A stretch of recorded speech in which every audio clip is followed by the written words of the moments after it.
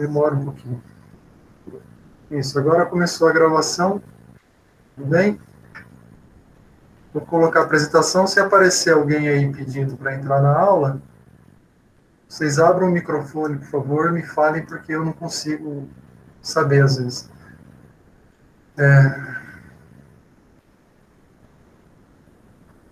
Chegou aí?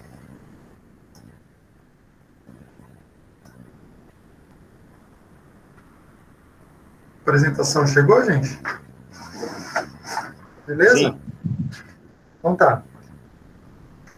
Então, nós vamos falar hoje tanto sobre a destruição da natureza, como é o que se tem feito, alguma coisa relacionada à conservação da biodiversidade. A biologia da conservação é bem nova, né? Faz parte da ecologia, mas é bem nova dentro da ecologia e trata desse assunto, né? Tem muito livro que nem tem nada disso. O primeiro que começou a falar disso foi o da Joss, e agora esse Economia da Natureza tem bastante coisa, bem mais organizadinha. O da Joss, ele joga muitas coisas assim, sabe? Não é tão organizado igual a Economia da Natureza. Então, tanto esse tema de hoje, quanto da biodiversidade em si, que a gente deu na última aula, uma parte anterior, a gente falou de paisagem, né, anteriormente. Então, paisagem, biodiversidade, populações, estão tudo relacionado, porque tem a ver muito com o que o homem tem feito com a natureza, com a destruição. Então, são um assunto que se entrelaça. Você acaba falando, repetindo algumas coisas, né? Aliás, muita coisa na ecologia se entrelaça. Eu pego, por exemplo, o Riclepes, vejo o Odum, da Joss. Outro que eu gosto também é do Begon e colaboradores Begon, Harper e não lembro o nome do outro. E cada um dá numa ordem e um coloca parte de população, põe parte de comunidade junto, o outro separa mais. Então, é assim, tá, gente? Tem muita coisa entrelaçada. Bom, eu vou começar falando, então, da destruição, que é causada principalmente pelo homem, e depois da conservação. Muito da aula de hoje, gente, é só um material para vocês terem, para pesquisa posterior. Eu não vou muita coisa perguntar na prova, porque não faz sentido, na minha opinião. São informações sobre unidade de conservação, alguma coisinha que às vezes é bom a gente consultar, saber, para quem está na área, talvez o Flávio, Elinho, né? Então, eu vou falar que a extinção das espécies é um fenômeno natural.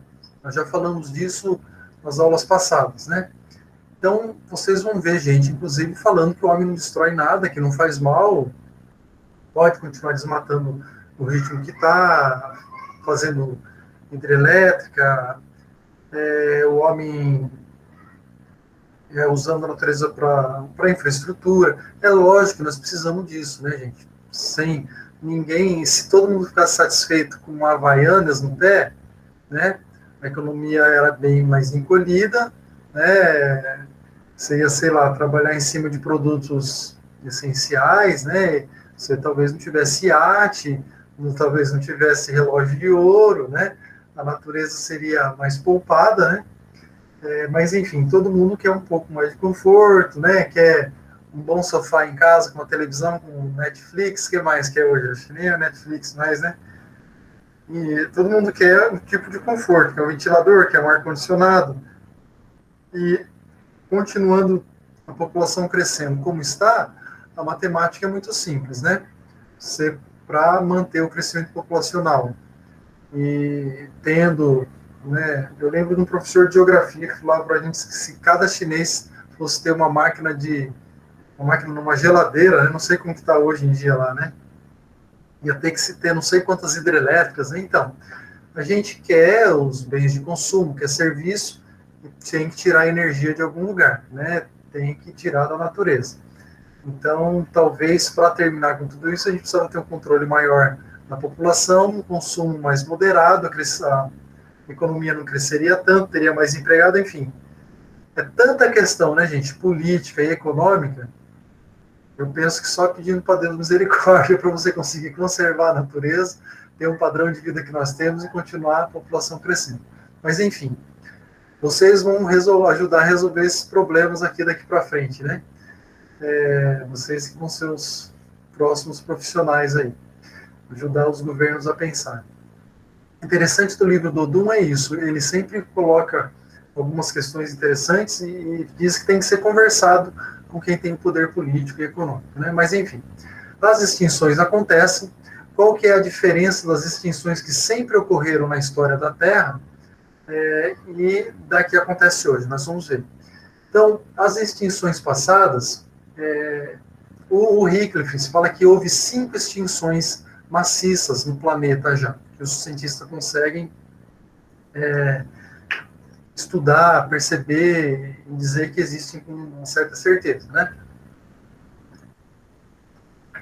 Então, as evidências fósseis, né, geológicas, mostram que no período longo da Terra, a cada 2 milhões de anos, houve extinção de cerca de 75% das espécies.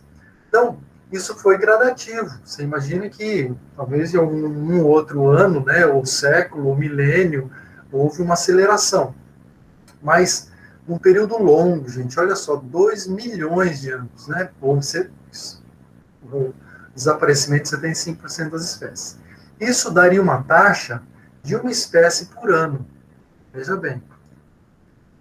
Então, agora, atualmente, estima-se que esteja havendo a 6ª extinção em massa. Né? A contar dos últimos 10 mil anos para cá, você vem tendo extinções de espécies de um ritmo muito acelerado. Tendo por base a extinção de mamífero dos 500 anos, últimos 500 anos para cá, você tem a extinção de 100 a 1000 espécies por dia. Olha só. Então, se existia lá a extinção de uma espécie por ano, hoje vamos pegar aqui o cenário melhor para a gente. Vamos supor que exista a morte de 100 espécies por dia. Não é por ano. Então, é uma coisa muito grande, né? Que houve de extinção de espécies. Então, é cerca de 1000 vezes mais rápida a extinção hoje do que a natural. Você vê a extinção que foi dada, né? Durante todo esse tempo. Todas essas ocasiões, desculpe, que houve extinção de espécie em massa, nós estamos fazendo isso 1000 vezes mais rápido. Esse que é o grande problema.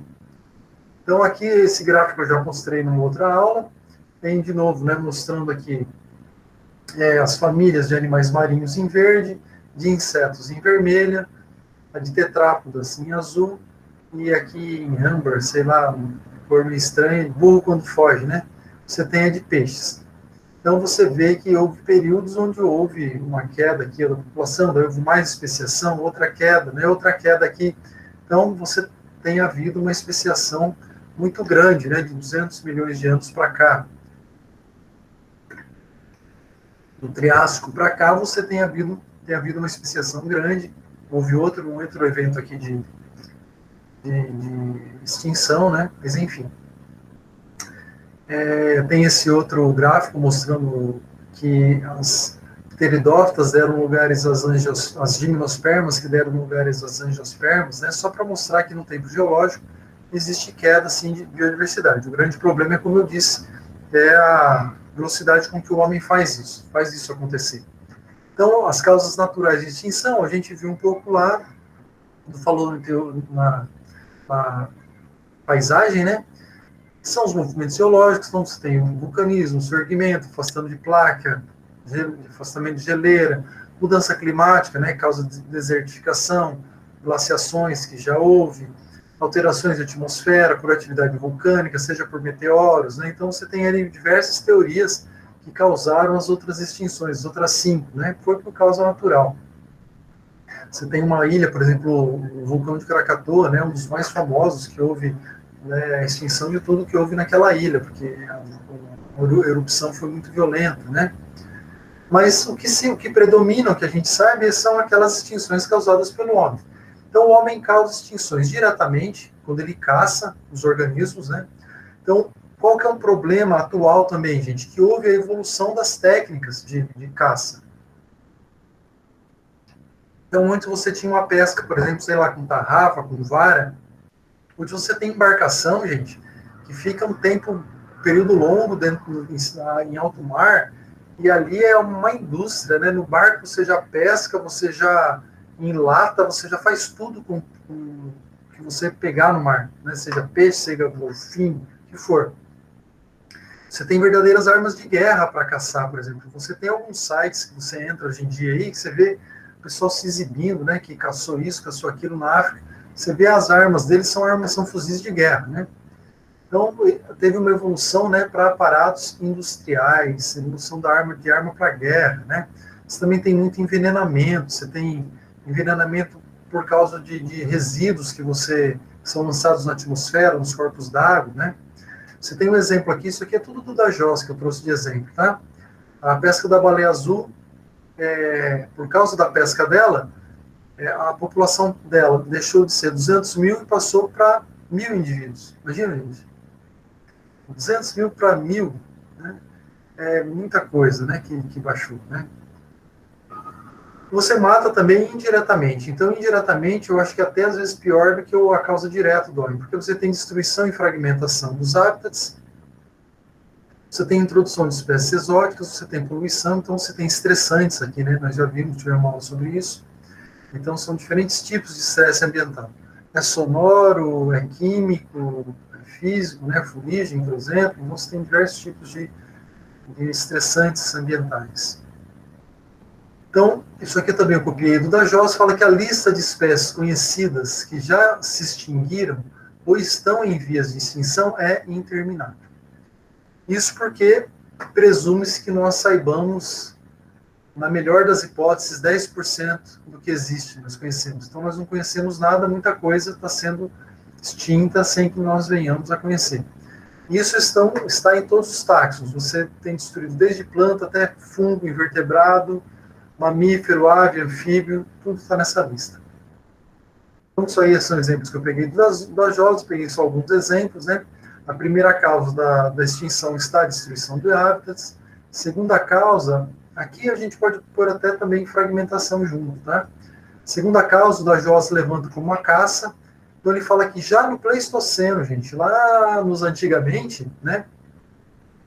Houve 167 gêneros extintos de animais com mais de 44 quilos. Então, o homem, onde ele chegava, ele ia comendo o que ele conseguia coletar mais rapidamente. Tem um gráfico no Ricafix que mostra, né, em muitos lugares ali na Europa, que o pessoal vai coletando e comendo o que é mais fácil. Eu participei de uma palestra lá em Pernambuco e mostrou no litoral lá o que tinha de tartaruga. Mostrou uma fila assim, gente, eu acho que dá uns 200 metros, uma vala de 1 metro, mais ou menos, de casca de tartaruga, assim, uma vala gigantesca. Você perde a visão de casca de tartaruga, que é o que devia ter no nosso litoral, que foi sendo morto e acabou. Hoje você nem vê tartaruga no litoral. E a terceira causa seria a introdução de espécie exótica. Então, gente, a caça é por causa dessa evolução dos aparatos que eu falei para vocês, né? A destruição de hábitat é uma coisa óbvia, né? Você destrói, não tem igual. Você quer tirar barato e formiga da tua casa? Tira o hábitat dela, né? Você fecha todos os buraquinhos que tem na sua casa onde a formiga pode nidificar, tira todo o resto de alimento. Vai ser difícil ela querer ficar morando na tua casa, né? A barata também. Você destrui o hábitat dela, né? Então, destruição do hábitat, né? Dou alguns exemplos de destruição de hábitats. Então, você tem perda de floresta. Atualmente, o que está na mídia é perda de floresta tropical, ou seja, tem perda de floresta no mundo inteiro, né? Então, estima-se que haja perda de 200 mil quilômetros quadrados por ano de floresta tropical. O Dajós escreveu isso em 2005. Então, hoje eu não sei como é que está, mas pode ter aumentado, né? 200 mil quilômetros quadrados, gente, é muita coisa que se perde. Aqui ele fala que 93% de Madagascar já foi destruído, e no período de 85 anos, né, de 1900 até 1985, 66% da floresta de Madagascar já tinha sido derrubada. Já foi derrubado 95% da floresta do Equador. Na Mata Atlântica do Brasil, o Rickrix traz aqui, ó, como que ela era na região da Bahia, né, como ela foi se tornando em 59, né, então 46 para 59, 13 anos. Depois para 74, olha só o que tinha. E só sobrou em volta dos rios aqui, né? floresta ripária, que por lei é protegida, então a gente tem uma capacidade de destruição bastante grande, né? O Paraná dizem que é um dos que a Mata Atlântica é uma mais destruída, né, no Brasil. 95% da floresta de sequoia também nos Estados Unidos também foi derrubada. Então, olha, não é um problema só de país tropical e pobre. Você tem aqui nos Estados Unidos, 90% das florestas do Oregon e de Washington foi derrubado. Você pega então aquele lugar ali que é industrializado ali no, acho que é nordeste dos Estados Unidos, se não me engano, né? Então lá você não tem nada também, tá, gente? Não é só do Brasil o problema, não. Está falando aqui que em 10 anos, né, de 77 a 87, 1,6 milhões de hectares. Isso aqui é corretor, tá? O corretor transforma o hectare no verbo H. De hectares de florestas desapareceram nos Estados Unidos. Né? Vocês percebam que eles também têm problemas. 20% da floresta de Rondônia foi queimada em 91. Disseram que a fuligem foi comparada a uma erupção vulcânica, né?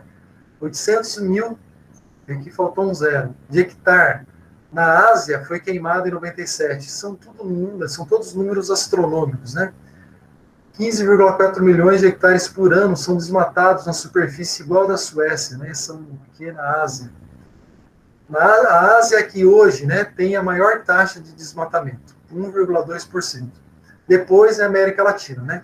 Então o pessoal está falando do Bolsonaro aí, não estou defendendo o Bolsonaro não, tá, gente? Tem que parar de tirar o que não deve ser tirado, mas a Ásia é pior ainda, né? Na África também, ó, 0,7, muito próximo, e eles usam lá, país pobre, né, usa madeira para queimar mesmo, né, não é nem para um motivo nobre, vamos dizer assim, fazer instrumento musical, fazer madeira, fazer casa, né, edificação, para queimar. Em 1974, o consumo de madeira mundial era de 2,5 milhões de metros cúbicos. 47% era para combustível. Olha que terrível isso, né? 43% construção e 10% papel. Em 2000 foi para 6 milhões. Então cresce a população. Olha como que o consumo se multiplica, né? Então isso aqui, gente, é dado que eu não quero que vocês decorem. É só um panorama geral que vocês têm que ter para saber como que é destruído, sabe, ter alguma ideia, né? Também aqui... Isso aqui, gente, houve aquela explosão, né, de fast foods, deve ser isso aqui, né? Então, desaparece floresta para quê? Para você criar bovino para comer hambúrguer, né? Foi criado o Hambúrguer Connection. Segunda queima de florestas, então a queima de floresta é a segunda fonte de carbono. Então você tem lançado carbono na atmosfera, que é um gás de estufa, né? E a fonte maior é da queima de combustível fóssil, é claro, petróleo, né, para gerar energia para a indústria, gerar energia de aquecimento. Então, gente, olha, o pessoal fala assim, estão queimando floresta no Brasil, tudo bem, é um problema, mas o que eles gastam de energia para aquecimento, né, aquecimento das residências mesmo, de todo lugar, porque no hemisfério norte é muito frio, então você imagina na Rússia, Japão, né, Estados Unidos, Europa, se tirar termoelétrica, melhor, termoelétrica não,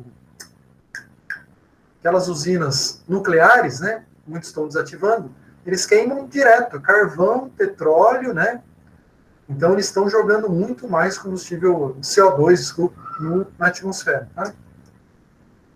Consequência secundária da perda de hábitat. Então, a perda de hábitat, não precisa nem falar qual que é a primária, né, você destrói tudo, morreu tudo que está ali. Mas ela causa também, né? A perda de ambientes leva à perda de lugar para a separação geográfica das populações. Você não tem lugar de cladogênese, então o bicho não tem nem para onde escapar, né? Então você homogeneiza tudo, né? E uma matriz seria isso, tá, gente? Uma matriz que o homem causa. Apesar que a paisagem causaria lugar para separação geográfica de população, tá? Isso aqui é questionável, né? Mas eu peguei do livro. A perda no número de indivíduos leva à redução da biodiversidade genética. Isso que nós vimos em biodiversidade, não vou repetir não precisa prestar atenção aqui, pega a biodiversidade que está mais detalhado. Então, estima-se que 3 bilhões de populações, em média, existem, né? 2/3 dessas populações estariam no ambiente tropical. Então, você tem diversas espécies, cada uma com suas populações, estima-se que sejam 3 bilhões. Se há destruição de hábitats de 0,8% ao ano, então a perda de 16 milhões de populações no ano. Ele está só mostrando como os números são grandes, né? Então, o autor está querendo mostrar que existe sempre um efeito. Você destrói o habitat, destrói aquelas populações e causa um efeito de cascata. Por exemplo, você não destruiu a planta, mas você matou o dispersor ou o polinizador daquela planta. Então, não vai ter quem leve a semente, não vai ter quem polinize. A longo prazo, essa planta morre, né? Aqui daí, se a planta morrer, morre o polinizador, morre o herbívoro, que é coprófago, é uma cascata, né? Morre um animal que era o herbívoro, né? E assim por diante. A caça, né? Então, por que existe caça? São motivos óbvios também, né? Porque nós queremos os materiais que a natureza nos fornece. Ela fornece laca, fornece fibra, fornece madeira, fornece couro, fornece pele, os mais diferentes tipos, né? Então, marfim, hoje você tem uma tentativa de cortam até as presas dos elefantes já, para que eles não sejam abatidos, né? A medicina chinesa, gente, ela mata urso, mata tigre, mata bicho, porque eles têm muito folclore. Então, o fígado do urso vai te dar potência sexual, sei lá, uma coisa desse tipo, assim, né? Também tem muito colecionador, né? Haja vista aí os tráficos, né? Que a gente vê sendo apreendidos, né, os materiais dos traficantes, né, o tráfico que existe de aves, né, de chimpanzé, existe de macaco, existe todo tipo de tráfico. E o homem, ele detona tudo, tá, gente? Existem, eu lembro de uma amiga nossa da Amazônia, que ela morou lá, ela falou que o pessoal deixava armadilha, não sei para que lá, e entrava o macaco morria, entrava outro e morria, e ficava lá morrendo os bichos. É igual o corvo, quando você joga no rio e fica entrando peixe e morrendo sem parar. Então, não é extirpadas, também está certo. Então, elas são levadas da África para a Europa, né? Expatriado, eu acho que ia falar. Né? Ah, não. Tá, eu estou pensando que eu vou falar dos animais que são tirados, que é um número grande também, tá, gente? Mas eu estou falando de espécies extirpadas na África e Europa. Então, por causa da caça, na África e Europa já sumiu, né? 9 das 13 espécies com mais de 200 quilos. Então, você tinha várias espécies com 200 quilos, tipo, sei lá, porco selvagem, javali, não sei quanto pesa um javali, né? Mas de 13 espécies que tinham, 9 já não existe mais. Com mais de 600 quilos, também, né? E com mais de 50 quilos. Então, se tinha espécie grande, ó, 200, 600, 50 quilos, já não existe mais. Tanto na África quanto na Europa já acabou, porque você come, né? 350 milhões de animais e plantas são traficadas por ano, gente, é muita coisa, né? 25 a 30 mil primatas, 2,5 milhões de aves, 10 milhões de répteis. Então entra. É claro, gente, que você sabe que tem personalidades governamentais e de fiscalização envolvidas nisso tudo. Né? Lógico que você nunca faz isso sozinho. Tem policial envolvido, tem senador, tem deputado, tem que ter, senão barrava isso tudo, porque a cifra é muito grande. Você fica sabendo, né? Bovídeos há 20 milhões de anos. Então, a extinção de bovídeos, por exemplo, há 20 milhões de anos atrás, morria um bovídeo, uma espécie de bovídeo sumia da face da Terra a cada 60 mil anos, extinto. Hoje, você extingue uma espécie de bovídeo a cada 100 anos.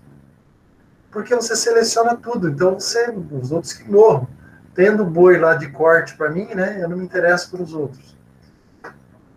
Ano 1200, chegada, então, no ano 1200, né, depois de Cristo, o homem chegou lá em Madagascar.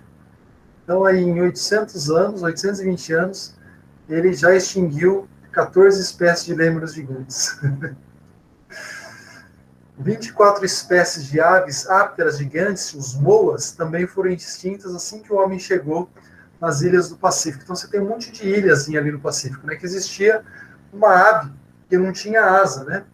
Então era grande, filho. Carne à vontade, o pessoal caçou até extinguir aquela ave. Agora, uma outra causa de extinção de espécies é a introdução de espécies exóticas. Então, mais de 3 mil espécies são dispersas pelo mundo, apenas por água de lastro do navio. Então, você tem que sair de um lugar, né, que precisa dar peso para o navio, você enche de água os compartimentos do navio. Quando você não precisa mais dessa água, né, então é água doce, você libera num rio. Daí tem todo um pandemônio de espécies que entrou naquela água de lastro do navio, ela vai ser despejada em outra nação, em outro lugar. Então você aquela questão da RAM que eu pedi para vocês lá, uma das questões. A RAM tinha uma distribuição geográfica, ela não conseguia passar daquele lugar, porque ou tinha um rio muito grande, ou um lugar muito seco, ou uma montanha, o homem transpôs essa barreira geográfica, transpôs artificialmente, e o organismo virou um invasor. Qual que é o problema disso, gente? É assim, ó. Se ele está nesse lugar e ele consegue se dispersando pelo próprio potencial biótico que ele tem, as outras espécies vão tendo tempo de se adaptar. Existe lá o que a gente falou, que é a coevolução. Isso demora quanto? Demora milhões de anos. Qual que é o problema de você trazer essa espécie de uma vez para cá? É que não houve esse período de adaptação. De repente, ela está num lugar novo. Então, ou ela morre, ou ela não causa problema, ou ela causa destruição de tudo que está ali, né? Então, aqui tem um gráfico do Rickert também, né, mostrando, né, o número de espécies introduzidas. Invertebrado está aqui em laranja, vertebrado em azul, verde são plantas. Então, olha o que é de planta introduzida, né? Aqui, de 1900 até praticamente no ano 2000. Tem só crescido, né? Aqui, invertebrado de água doce, vertebrado, e planta e fungo. Olha, também são cifras gigantes, gente. Só tem aumentado, né? Aqui ele não tem, se é número só, então que 1.650, né? Chegou aqui a 30, né? E aqui chega a mais ou menos 50. Mas vocês percebam, gente, que é muito grande.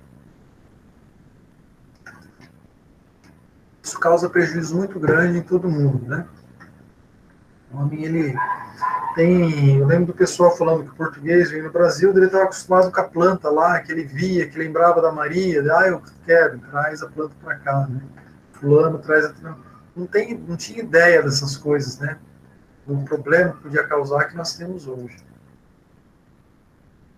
Então, tem algum exemplo, né? O ciclídeo no Lago Vitória da África, existia 300 espécies. Com a introdução desse ciclídeo, né, que é a perca do Nilo, Lattes niloticus, de 300 espécies foi para 100. Você tem os insetos gigantes da Nova Zelândia, né? Você tem grilo lá do tamanho da minha mão, assim, que também estão ameaçados depois que você introduziu rato e camundongo naquela ilha, estão comendo tudo. No Havaí existia 1.765 espécies vegetais. 200 desapareceram e 800 estão ameaçados, né? Hoje há 4.600 exóticas lá. Em 200 anos, 17 espécies foram exterminadas pela introdução do rato, do gato, do cachorro, do porco e do frango nos outros lugares. Então, você come isso, né, o rato bem escondido, você vai destruindo tudo. Tem um monte de introdução, tá, gente? De barata, de formiga. Por exemplo, o ninho da lava-pés hoje, no Brasil, né? Formiga de fogo, faz um ninhozinho assim, sei lá, uns 30 centímetros. Nos Estados Unidos chega a 2 metros, né? Tamanho do ninho. Invasora, tem gente que abandona a propriedade por causa dessa formiga, né? Então, hoje, praticamente a totalidade das ameaças contra as espécies se devem ao homem. Então, nós pusemos lá, né? Consequência indireta, destruição de hábitat, caça, espécie exótica. Então, 25% da avifauna do Panamá se extinguiu 43 anos após a construção do canal. Não existia um canal, o bicho passava para lá, para cá. Fez o canal, não passa mais, morre espécie. 40% a 70% dos invertebrados, né, dos Estados Unidos morreram por causa da chuva ácida. 5% das plantas desapareceram e 25% estão ameaçadas na Bélgica. Então, não é só no Brasil que causa extinção, né? Em 1600, olha, lá nos antigamente, 150 espécies de aves e mamíferos morriam por ano. Em 1800, 0,02% dos mamíferos morrem por ano. E de 1900 a 1966, 0,93 por ano. É muito bicho morrendo. Então aqui, gente, esses são mais dados, tá? Para vocês verem, né? Libélula e borboleta na França estão ameaçadas. Invertebrado europeu está ameaçado. Fungo na Europa, ameaçado porque você substitui a floresta. Você tem introdução de parasitoide que mata a lepidóptera no Pacífico. Envenenamento por chumbo, né, na água. Você tem 2 a 3 milhões de aves que morrem por ano nos Estados Unidos. Tem estradas, se pegar o que morre em estrada, gente, é muito bicho que morre em estrada. Então, isso aqui, gente, são coisas que nós demos para a gente ter uma ideia de que a magnitude do que nós matamos, né, o ser humano mata direto e indiretamente, é gigantesco, é astronômico. Aí a gente passa para a parte de conservação. Então, a concretização do conceito, né, de conservação, ela apareceu quando você criou o Parque de Yellowstone. Foi um dos primeiros parques a serem criados no mundo, né, já em 1872. Ele tem mais ou menos 9 mil quilômetros quadrados. Né? Então está aqui, né, plaquinha bem-vinda, né, o Yellowstone National Park, um parque nacional. Tem aqui os geysers, né, uma lagoa, né, com algas diferentes nascendo aqui que dão essa coloração. São famosos os geysers lá, as lagoas, né, que é o lar do Zé Colmeia, né, gente? Então você também teve outras reservas, né, das mais antigas na França, de Carmag, a de Vanoise, em 63 também na França, aqui está a de Carmag, né, uma reserva com os alagados. Então aqui, ó, a União Internacional para a Conservação da Natureza também foi criada muito recentemente, né, gente, só no século passado aí, né, em 1948.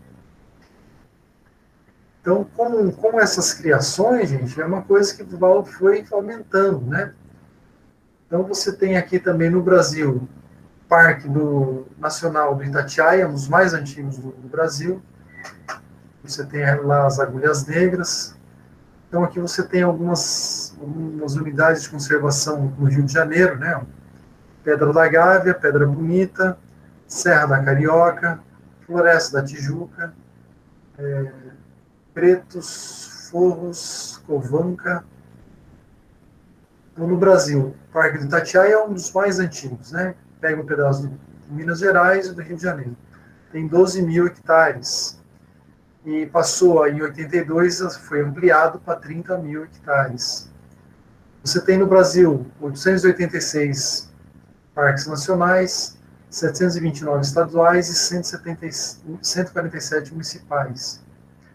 Você tem lá essa área aqui de conservação do Brasil, né, quilômetros quadrados, 2012. Parque Nacional da Tijuca, no Rio de Janeiro, você tem 396 quilômetros quadrados e é um dos mais visitados do país. Então, pus algumas coisas, gente, para vocês terem, né, uma ideia, né, a gente não decora isso, a não ser que você trabalhe mesmo com isso, né, mas é interessante a gente saber alguma coisa, ou ter onde procurar, né. Esse mapa eu também trouxe que eu achei interessante, né, mostra em laranja as terras indígenas, em vermelho as unidades que são de proteção integral no país, que você não pode mexer. Não são tantas, né, pelo tamanho e extensão do país, você vê que não é tanto. Mas, ao mesmo tempo, é difícil você fiscalizar tudo isso, né. Aqui está em verde claro, você pode ter algum tipo de uso, né, sustentável.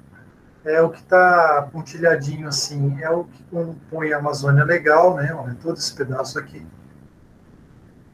Então, a Amazônia Legal, ela não é só no estado do Amazonas, né? Ela também está no Pará, Roraima, Amapá, Maranhão, Mato Grosso, né? E aqui o rachoreadinho é o limite dos estados, né? Amazonas aqui, por exemplo. órgãos de conservação natural no Brasil. Então, eu trouxe aqui, né, alguns órgãos que nós temos no Brasil. Você tem o Sistema Nacional de Conservação da Natureza, foi criado em 2000. Tem o Sistema Nacional de Unidades de Conservação, chamado de SNU, que não sei se é assim que fala. Plano Estratégico Nacional de Áreas Protegidas, o PNAP, são alguns órgãos importantes que você tem no Brasil. Você tem alguns grupos também de proteção, aqueles que são integrais e o de uso sustentável. Eu não vou pedir isso na prova, nem querer que vocês decorem, mas eu coloquei aqui os nomes, né? Ó, esse aqui você não pode mexer. Parque Nacional, por exemplo, você não pode ter habitação, você não pode ter comércio, você não pode ter nada disso no parque. Reserva biológica, estação ecológica, monumento natural, refúgio. Então, isso aqui você não tem, só pode visita, né? Às vezes, visita e pesquisa, né? O de uso sustentável você já pode. Você tem a APA aqui, por exemplo, né? Que o pessoal planta até laranja ali, né? Que tem um monte de agrotóxico e tal, né? Você tem outros tipos de unidade de conservação aqui, né? Flona, Resex, Cefal. Isso aqui, se vocês forem trabalhar com isso, vocês vão ter que saber, tá? Aqui eu também coloquei um quadro que é mais para vocês terem material, tá? Então fala aqui a categoria, né? Uma estação ecológica, o que ela tem como objetivo? Preservar e pesquisar. Então você pode usar para visitação pública, você pode usar para pesquisa e tudo mais. Parque Nacional, por exemplo, né? Você pode pesquisa também, né? Então tem um objetivo, tem um uso, tá? Essa aqui, por exemplo, é mais restrita, só pode visitação, nem pesquisa você pode fazer lá, no monumento natural. Né? Porque é raro, tem beleza cênica, tudo mais. Então, esses são os de produção integral, tudo sustentável, por exemplo, aqui na APA, né? Então, uma área extensa, pública ou privada, você tem algum atributo importante, por exemplo, aqui é para a qualidade de vida nossa, é para captação de água, né? Foi criada, por exemplo. Então você tem que proteger a biodiversidade, tal, essas coisas aqui. Então eu trouxe isso daqui para vocês verem mais, para ter um material, tá? Isso aqui já é importante a gente saber, né? Então você vai conservar, você tem outras abordagens. O Wycliffe, gente, ele traz ali no começo do capítulo uma parte muito importante, que ele fala assim, que nem toda a área do mundo, né, está disponível para você comprar, e você não existe dinheiro suficiente também para você comprar tudo, fiscalizar tudo, né? Então você tem recurso limitado, você tem que decidir o que você vai conservar. Então existem algumas abordagens que querem conservar os hotspots, porque os hotspots têm 50% mais ou menos, né, nas áreas que foram demarcadas atualmente, que são 34, 32, você tem 50% da biodiversidade na Terra. Então, isso é uma abordagem. Qual outra abordagem? São proteger, por exemplo, locais onde você tenha serviços importantes, né? Você vai conservar, por exemplo, um alagado. Por quê? Porque ele consegue reter a água da chuva e não causa inundação. Você vai conservar lugares onde a vegetação segura as encostas, né? Nas serras ali de São Paulo, por exemplo, você tem que conservar porque é dali que você está captando a água. Então, é outra abordagem do que conservar. Você deve conservar, por exemplo, espécies que você sabe que são importantes, né? Que nós vamos falar aqui, né? Daqui a pouco, tem uma importância científica, por exemplo, né? Então, você pode conservar também in situ, na natureza, né? Quando você, então, o que é ideal? Caiu na prova, por exemplo, é que você conserve uma parcela grande do habitat do organismo que ele possa viver ali. Sempre que você consegue conservar um lugar, gente, que ela te dá um serviço, né? Naturalmente, vai ser sempre mais barato do que você tiver que pagar por ele. Por exemplo, se você conserva encosta, conserva margem de rio, né? Você vai ter uma água que você captando ela, você vai ter que gastar muito menos dinheiro para tratar, para consumir, do que se você tiver que fazer uma osmose reversa, por exemplo, se você tiver que tirar metal pesado. Então, sempre que você tem que fazer, né, um serviço da natureza, né, fazer artificialmente esse serviço da natureza, você gasta mais dinheiro. Então, conservação em si, você conserva o organismo no lugar dele. Mas tem vezes que não dá, então você conserva esse, né? Então, em jardim botânico, em zoológico, né, você constituem um banco de sementes, faz cultura de tecidos. Então você tem aqui, por exemplo, o bisão europeu, você só vai ver ele no zoológico, você não vê mais ele na natureza. Banco de semente, eu achei super legal isso aqui. Meu filho falou até que já viu no YouTube, né? Esse cofre de semente fica no Ártico, né? Em Svalbard, na Noruega. Então isso aqui é um túnel, gente, a 125 metros de profundidade, né? Então eles tentaram construir um lugar que seja resista a terremoto, a desastre natural, tudo mais, né? Para guardar. Então eles têm cofres, né, com as sementes, nos tubinhos, né? Então eles estão guardando aqui, né, gente, material genético, importantíssimo, né? Então em 2013 havia cerca de 700 mil amostras, né, de espécies diferentes guardadinhas nesse lugar. Então um banco de sementes. Imagina que isso também é caro de se manter, né? Um zoológico também é caro. Então eles são caros, frágeis e de difícil gestão. O desconhecimento da biologia do organismo é uma coisa que limita. Às vezes você quer conservar e você acaba eliminando ele, né? Uma tentativa de preservar, isso já existiu, existe, né? Em zoológico também, você vai ver esse... Não sei nem como se pronuncia esse burro selvagem aqui da Ásia. Você vai ver em zoológico, o Oryx também. Aqui eu coloquei também como exemplo, tá, algumas espécies que estão ameaçadas de acordo com essas unidades de... O que era isso aqui mesmo? Já não lembro mais. Daqui a pouco aparece na cabeça. Ou seja, existe uma classificação por esse órgão e eles vão falar o que significa uma espécie extinta, por exemplo. Então, o que o órgão, né, considera como extinta? A espécie que você não vê mais desde 50 anos. Então, nossa, faz 50 anos que eu não vejo essa espécie na natureza. Ninguém registrou, ninguém relatou. Provavelmente esteja extinto. O que está em perigo de extinção?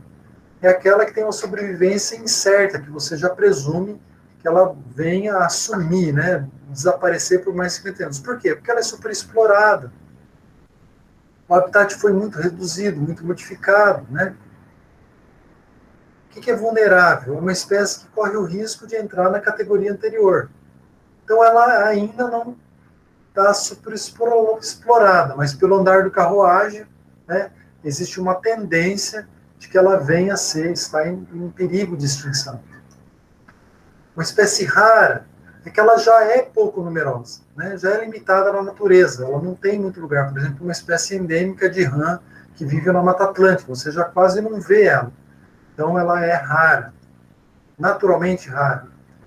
Indeterminada, você não sabe se ela é rara, você não sabe se ela é vulnerável. Por quê? Porque você não tem dados suficientes sobre ela.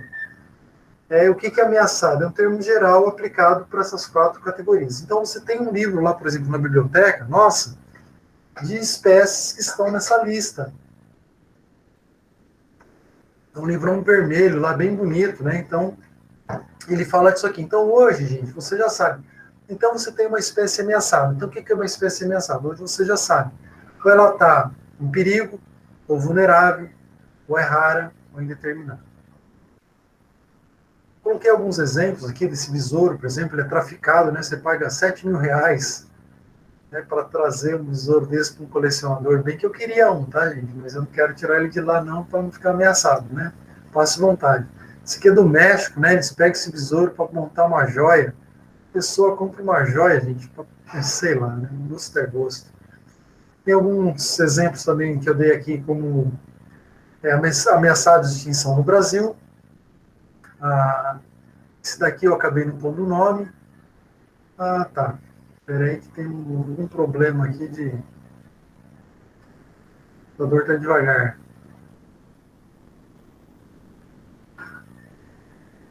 Por que será que não apareceu a Ararajuba? Esse indivíduo aqui, ele está na frente de todo mundo, não está deixando os outros aparecerem, sabe? E eu não sei como eu vou conseguir deletar ele. Que coisa, hein? Gente, desculpa aí, eu não tinha detectado esse problema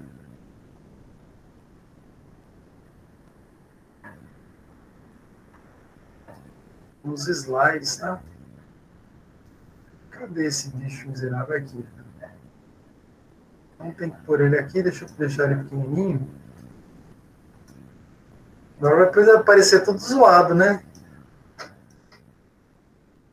Mas vamos lá, vamos ver se deu certo. Então, a ararajuba é essa aqui, ó. Essa amarelinha está ameaçada de extinção. Arara azul não é a ararinha azul, é a arara azul. Ariranha, ameaçada de extinção no Brasil. Baleia franca, também.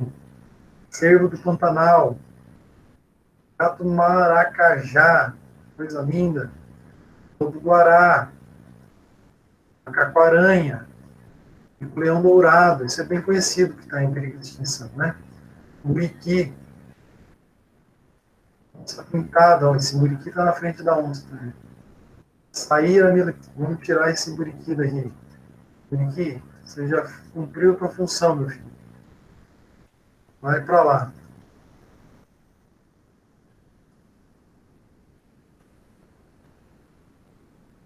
Pintada. Saíra militar. Isso aqui tem na Mata Atlântica, é coisa mais linda. Sapo-folha, aquele que eu mostrei para vocês da camuflagem lá, está em extinção. Soldadinho do Araripe, muito lindo, essa ave. Tamanduá-bandeira, não apareceu aqui, mas vocês conhecem. Tartaruga de couro. Tartaruga oliva. Ver se consigo puxar elas para cá. Também está. Uma tartaruga de couro, ela é gigantesca, chega a 2 metros aqui o casco dela, tá? Essa tartaruga oliva.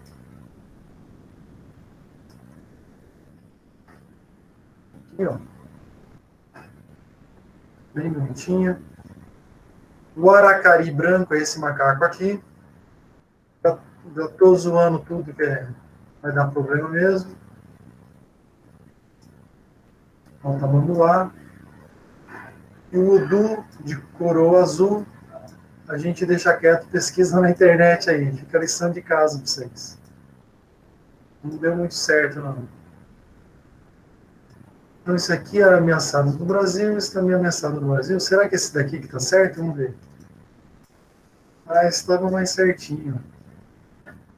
Piranha, baleia franca, cervo do Pantanal. Vou acabar decorando, hein? Lobo-guará, macaco-aranha, mico-leão dourado. Aí vocês vão estar usando aí depois na gravação. Saíra militar, sapo-folha não apareceu, soldadinho do Araripe não apareceu, tamanduá-bandeira, tartaruga de couro, tartaruga oliva, essa aqui, Paracari, só tem na Amazônia. O udu de coroa azul é esse miserável aqui, que é o primeiro. Tá. Aqui eu coloquei também, a gente fez um levantamento para vocês, assim, de alguns acordos internacionais que foram importantes, né? Perceberam que a baleia estava sumindo, fizeram Convenção Baleeira em 48. Convenção de Ramsar, em 75. Convenção sobre zonas úmidas, né, de importância internacional. Então, aqui são alguns principais, os principais acordos, né, internacionais que eu coloquei aqui para vocês. Vocês vão precisar fazer um trabalho, né, alguma coisa, e tem algumas coisas aqui para vocês, tá? É a mesma coisa, né, que eu falei para vocês, que são algumas abordagens do que nós vamos proteger. Riqueza, muito, muito importante. O habitat, né, que tenha interesse, espécie de interesse econômico, biológico, cultural, centro de endemismo. Isso aqui é uma coisa importante para você saber. Então, pega ali o começo do capítulo do Hicklefstin, vocês têm que dar uma olhada, ele coloca 3 ou 4 abordagens, ele coloca o centro de endemismo, que são os hotspots, ele coloca os serviços, né, e a diversidade também. Às vezes você tem uma alta diversidade sem ser um centro de endemismo. Centro de endemismo, por exemplo, é uma ilha. A Amazônia, por exemplo, não é uma ilha, mas tem uma diversidade gigantesca. Locais onde há espécies irmãs de um grupo de espécies. Então, você tem lá numa ilha, né, Por exemplo, o esfenodon, que é a espécie irmã de todos os répteis. Então, poxa, preserva aquele lugar da Nova Zelândia para que a gente continue tendo o esfenodon.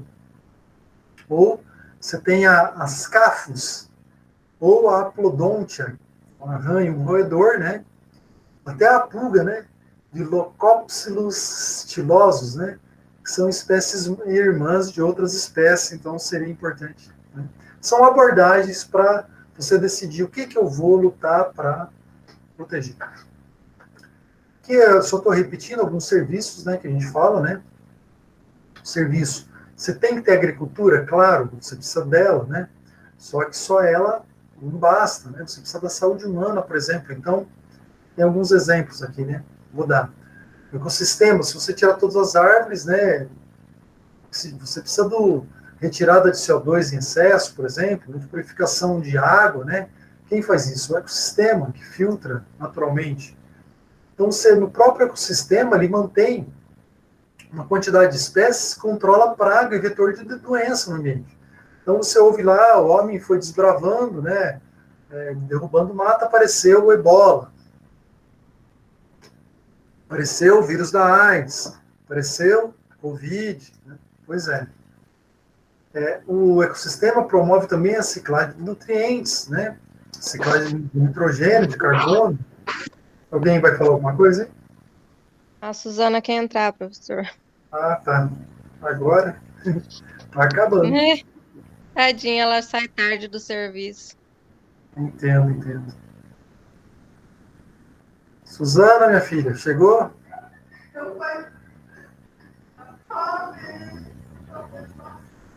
Estamos no final, tá, Suzana?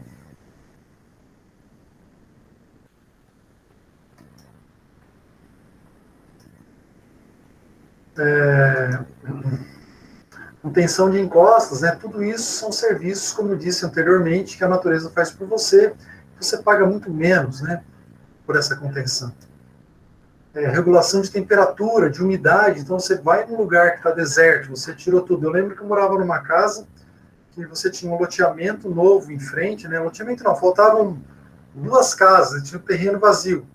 Uma rua larga, depois a minha casa estava sem grama, sem nada, então aquele terreno de terra, sem mato. Gente, vinha aquela onda de calor assim, ó, enchia a nossa casa de cheio. Então, se você tem ali, né, grama nesse terreno vazio, né, no meu terreno, no meu jardim, você já tem uma umidade maior. Se você tem uma árvore, você já tem um sombreamento, né? Por exemplo, eu troquei o telhado da minha casa, né? Você vai colocar lá uma telha que você acha que você não vai ter problema. Coloquei zinco. Ó, a temperatura aumentou demais. Daí o meu vizinho, né, mudou, tirou 2 pés de manga, tirou tudo, né? Imagina o calor que ficou. O que eu teria que fazer? Se eu pudesse, tivesse dinheiro, eu faria um telhado ecológico, né? Planta mato lá em cima do telhado. Né? Você tem uma regulação da temperatura que é mais barato do que você manter um ar-condicionado. Ele também fixa carbono, como eu falei para vocês, a umidade do ar melhora, aumenta. Então, são serviços dos ecossistemas. Faz a manutenção do seu freático, você contém o solo, não tem tanta erosão, né, gente? São vários na agricultura. Então, você precisa da natureza porque você mantém nela os polinizadores. O que vai ser da agricultura sem os polinizadores? Você tem lá um bicho que é, né, por exemplo, um formiga-leão, que come cochonilha, que come pulgão, joaninha come pulgão, né? Então você tem um predador natural, e os reservatórios da natureza. Você tem espécies que são utilizadas para alimentação humana. Então, 19 dos vegetais que nós temos, dos cultivares, são responsáveis por 80% da nossa alimentação. Trigo, arroz, milho, batata. Se eu não me engano, o trigo é a gramínea mais abundante no mundo inteiro, né? Batata, mandioca, então você precisa daí de uma diversidade biológica, né? Porque se via praga e tudo mais, por isso você tem os bancos de germoplasma, né? Nós falamos disso também quando falamos em biodiversidade. Cerca de 40 animais, 15 a 20 mamíferos, na Ásia, Europa. Tá, nós usamos cerca de apenas 40 animais para a nossa alimentação. Tá? Nós precisamos de banco genético para manter isso. Aproximadamente 10 invertebrados e muitos recursos não são explorados, né, devem estar aí, né, não pode ser tudo destruído, pode ser necessário mais para frente, né, com mudança do ambiente, você precisa de um outro recurso. Diversidade de cultivares, exemplos. Destruição de 2.000 variedades de milho e algumas... Tá, então existia na natureza 2.000 variedades de milho. Hoje você tem algumas dezenas. Tem uma imagem no Rickliff também mostrando, né, o milho selvagem, uma coisica de nada, como nós transformamos ele, né? E são só dados, tá, gente? Para a gente também ter uma ideia de que daquilo que nós temos, né, consumimos, é uma parcela muito pequena da variedade que existia selvagem na natureza. Olha só, das 3.200 raças de bovinos, ovinos, suínos, bubalinos, que é de búfalo, e equinos, 100 estão em risco de extinção. Você tem esse aqui, é milho, né? Que é o selvagem, né? Hoje o Zé Maíz é o que nós usamos. Ele é resistente a 4 das 7 principais doenças virais do milho. Então aqui estou só dando um exemplo para mostrar que nós precisamos desse banco genético, né, de espécies selvagens para tentar manipular e colocar esses genes de resistência no nosso milho, que é super produtivo. A beterraba selvagem também é resistente à doença, mandioca também selvagem, né? Olha, por causa da mandioca selvagem, você conseguiu multiplicar 18 vezes a produção de mandioca na África. Como é importante, né, pesquisa nessa área, né? Em 1970, um fungo destruiu 20% dos milhos da Europa. O que é isso? Você selecionou o milho de uma tal forma que ele não tem mais resistência. Você precisa fazer mais um trabalho para colocar esses genes lá. Precisa do selvagem. Aqui também tem um exemplo de fungo que destruiu a batata na Irlanda, né? Teve uma fome desgramada lá. Exemplos para a saúde, né? Você tem esse Cercopithecus aqui, que é um macaco, que não manifesta o sintoma da AIDS. Não podemos destruir ele, precisamos pesquisar para ver se nós podemos tirar vantagem disso para a gente. Para a nossa luta contra a AIDS. O tatu não desenvolve a lepra, vamos estudar o tatu, né? E Pedobates tricolor, né? Você faz um composto, né? Um molécula, acho que é da pele dele, um anuro, né? Ele tem aqui, né, um composto 200 vezes mais potente que a morfina, né? Reobatracus, é uma rã, ela produz a prostaglandina E2, que serve para o tratamento de úlcera péptica. Para úlcera, gente, você tem também a espinheira santa, tá, gente? É uma erva excepcional. Os tunicados, né? Esqueci até o nome do tunicado, como é que chama aqui? Assídias, né? Esponjas e quinidárias produzem substâncias anticancerígenas. Inclusive, eu fui num congresso há muitos anos que fala que falta muita gente para estudar a molécula, tá? Então, acho que se for na USP lá, esses caras bambambam que querem descobrir a molécula diferente do bicho, vocês vão encontrar estágio lá, pelo menos. Então, aqui são vários exemplos que eu estou dando, tá, gente? Vocês veem depois com calma. São de moléculas que são tiradas, né, de animais, né, que servem para produzir fármacos, servem para produzir cosméticos, servem para produzir uma série de substâncias que são importantes para a gente, né? Então, nós nem sabemos o que existe ainda aí, né? 50% dos 7% dos medicamentos mais usados nos Estados Unidos contêm ao menos um composto vegetal natural, né? Então, uma continuação. Esses exemplos, né? Alcaloide antitumoral, que se tira da planta. Isso aqui também é usado para o câncer em geral, não só para a leucemia, né? Tem um nome isso aqui, o Rickflix, ele cita também a substância feita dessa planta, né? Outras, tirado de fungo, do cipó contra HIV, piuriteiro para regulador cardíaco, o óleo de nim, né? Teve uma época que só se falava disso, né? Inseticida, fungicida, né? Então, quase todos estão ameaçados de extinção. Então, gente, essa aula é mais, ela fala mais o que a gente tem que saber dela, né? Que a extinção não é um fenômeno natural, tem que saber que a taxa, né, de extinção que o homem causa é muito grande, então essa parte nós temos que saber, né? Temos que saber as causas naturais de extinção, a causada pelo homem, né? Esse ranking nós temos que saber, só esses três aqui, tá? Não precisa pegar esses exemplos, né, todos, decorar eles, nada disso. Aqui são as explicações. Você precisa ter uma ideia também, gente, de que quando foram sendo, né, instituídos os parques, quando foram instituídos, né, foram havendo as convenções, né, cadê?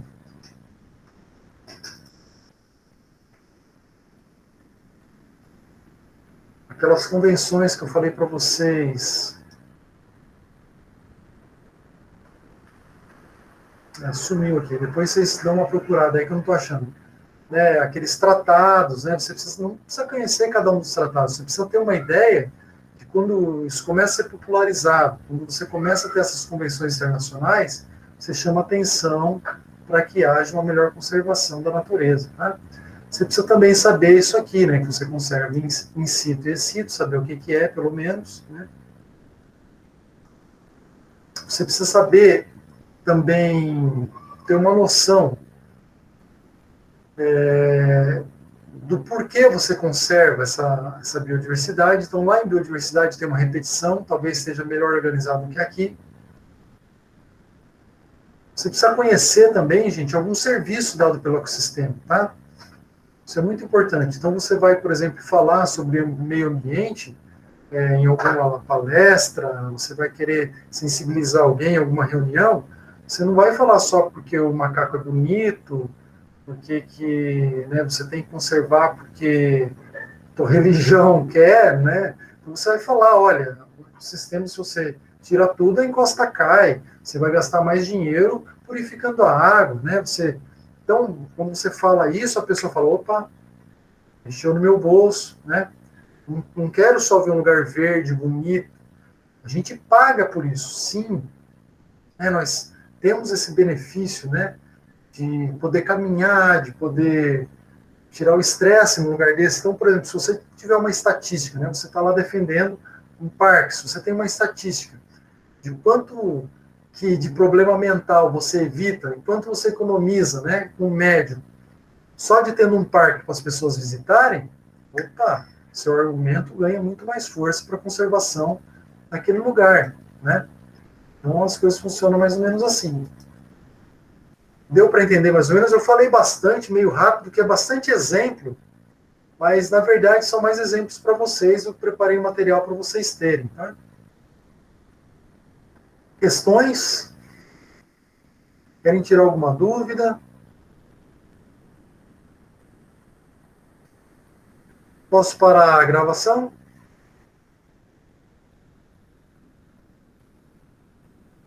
Está parada.